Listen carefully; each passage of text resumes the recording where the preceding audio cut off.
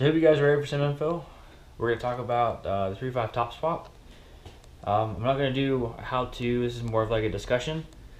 I'm going to show you a comparison of the parts, 3.4 versus the 3.5 that you'll be using. A couple of different things you can do with the top swap. I'm going to throw a bunch of measurements at you guys to show you the differences and stuff, from valves to the port sizes, whatnot, and what you'll need to do the swap, but not so much how to do the swap. So hopefully this can help you guys decide if you really want to go this route. I'll do my best to really make it fair, show both sides of the spectrum, and let's get to it. As you can see, my brother's motor here we have torn apart. We're actually doing the 3.5 top swap. So this is a 3.4 block. So from here down is all 3.4. Now this job you can do in the car. I have the timing cover off because we're actually going to be doing a new cam, new bearings, new timing, all that. So don't worry about that. For the 3.5 top swap, basically you're going to take it down, to bottom end. You'll have 3.5 heads, the 3.5 lower manifold, and then you'll actually be able to use either 3.5 or 3.4 upper. So we'll get to that and why that'll work. So first, heads. This is 3.4, this is 3.5. One good way to tell your difference, 3.5s have a provision for the coolant sensor in the head. You turn this guy the same way to where they mirror each other. You'll see that's not there. Now all the other holes are the same, so when it comes to putting everything together, you'll still use your 34 timing cover and you'll still be able to use your normal belt assembly. Now, to the naked eye, it's hard to tell the difference. So I'll kind of help you. We'll walk through this together. So we'll be using this fancy micrometer here, so I can give you some numbers to go off of. Right off the bat, we'll go after our intake ports. So here's your 34. I'm going to go ahead and pick a midway point. Actually, we'll go from the top. So we'll go from the top. So you see a 1.11. Your 34 is at a 1.69. Your 35 is at a 1.70. So, not much to be different there. Something else I do want to point out is our water jackets here. If you notice, I won't go off with numbers here, but that's about a 1/2 inch wide. On the 3.5, it's only about a 1/4 inch wide. Now, what that does as far as cooling and whatnot, I'm not sure.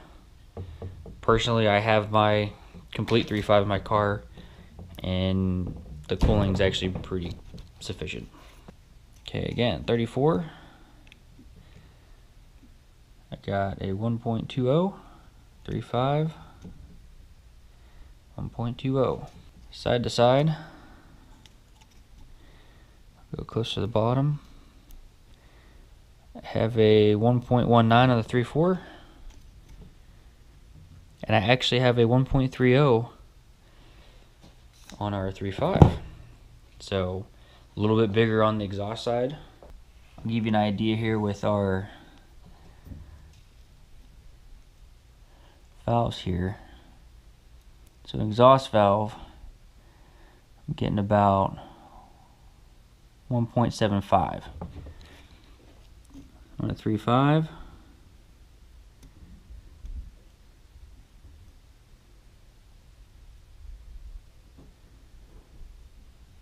About 1.78. Not much difference there. Go over here to an intake valve. I've got 1.4.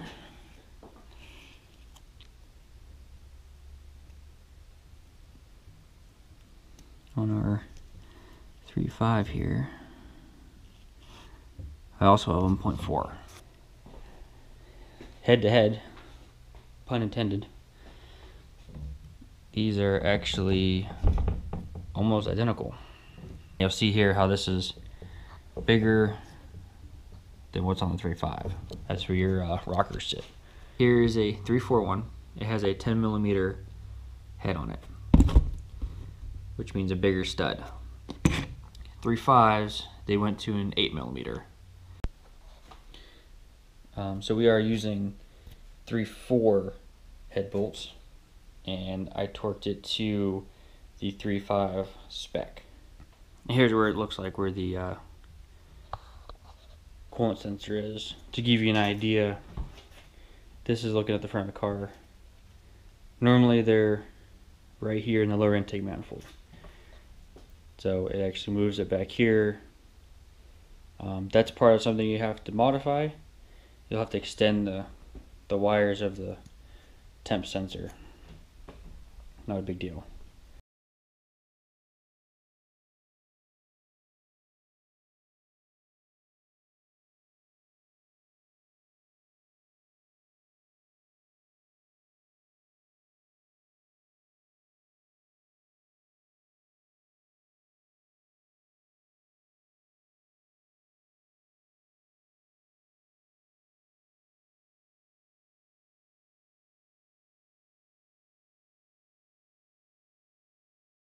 So here's our lower manifolds.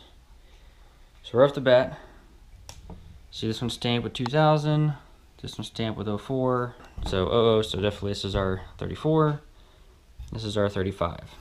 Now another thing to give it away, you'll see where the coolant sensor goes here and it's blocked off here. As far as your coolant passages, you know, it's a little smushed.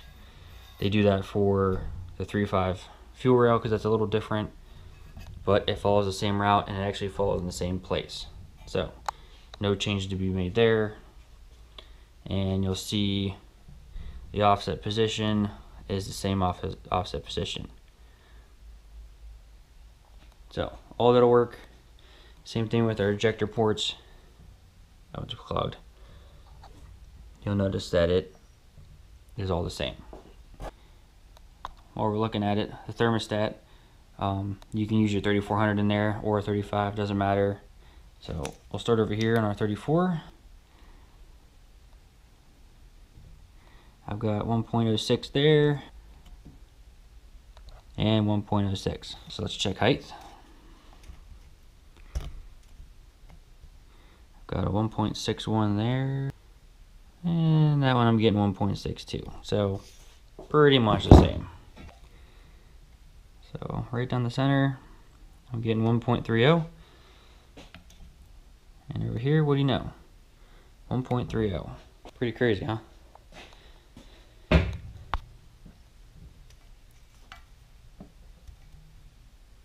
Over here, I'm getting a 1.98. Go over here. Find that same spot. 1.99. Again, pretty much the same. So one common question is, why can't I just put a 3400 manifold on a 35? Well, here's one of the differences. So the ports actually don't line up. The 34 is kind of like a flat, 35 kind of a little more rounded.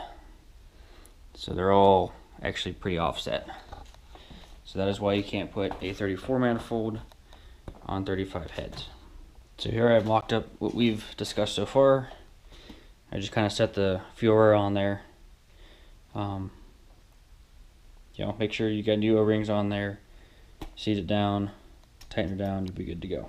Here's what I mean about the coolant sensor. You'll need to extend that. And since I'm looking at it, we'll talk about it. So if you need to change this, you can find wiring diagrams, and you know, you can snip this and put the 3.5 head on it. No big deal. You know, that way you can use the 3.5 map sensor. If you choose to use your 3400 upper, Plug that in, no big deal, good to go. So here's our upper manifolds. Obviously 34, here's your 35. Now here's where they claim is the biggest gain is the fact that this is all nice and opened up. But as you can see so far, everything's been the same size. On your 3400,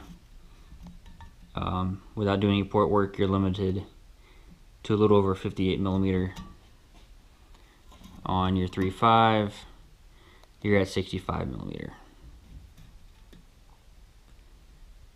So 1.25 and 1.25, and then 1.95 and 1.95. So vacuum lines the same. You don't need that on 34. It's not a big deal that that one doesn't have it. Your map sensor plugs in here on 34. If you use a 35, you'll use the 3.5 map sensor, which goes into here, in which case you'll have to change your plug. EGR is exactly the same. EVAP on these plugs straight into manifold, or on here it sits on top and plugs into your PCV system. The 3.5 sensor, you'll be able to take the plug and just plug right in and it'll read just fine.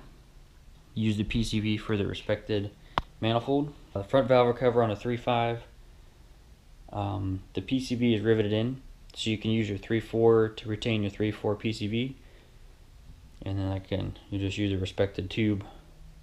So then when it comes to throttle body, both companies make adapters to where you can use a stock 56 millimeter, or if you have access to an upgraded one from like TCE, that uses the same bolt pattern as the stock one. Or the other option is from an LX5 out of an Oldsmobile, is 65 millimeter, and again an adapter to put that on, and you'll have to do some modifying on your throttle cable bracket. So here it would be with the 3.4 manifold on there.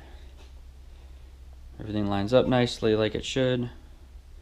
Nothing different there. Again, map sensor if you need it. So that would look like. Now, with this guy, set him down on there. And mind you, I don't have like the wiring tuck, so it's not sitting how it's completely should. So like this one, I can see this may be an issue. Quite a few people need to grind this down right here a little bit to clear your fuel pressure regulator. Now on mine, I didn't have to. Not sure what the differences were and why, I don't know. I didn't have to do nothing. Put it on there, I bolted my up or down, and that's it. But just so you guys know about that. Some finishing touches when you come to finish putting this stuff together. A couple other things to keep in mind is with the 3.5 upper at least, you'll have to tweak how your vacuums are run. That'll also depend on what throttle body you use. The LX5 has a ton of extra ones to work with. You have your HVAC one that usually runs into a port right here. Well, now you've lost that port, so if you don't use one that has a port on it, you're gonna have to drill and tap somewhere to get some vacuum so you can still utilize your HVAC. On the back side here, the coil packs sit a little different on the 3.5.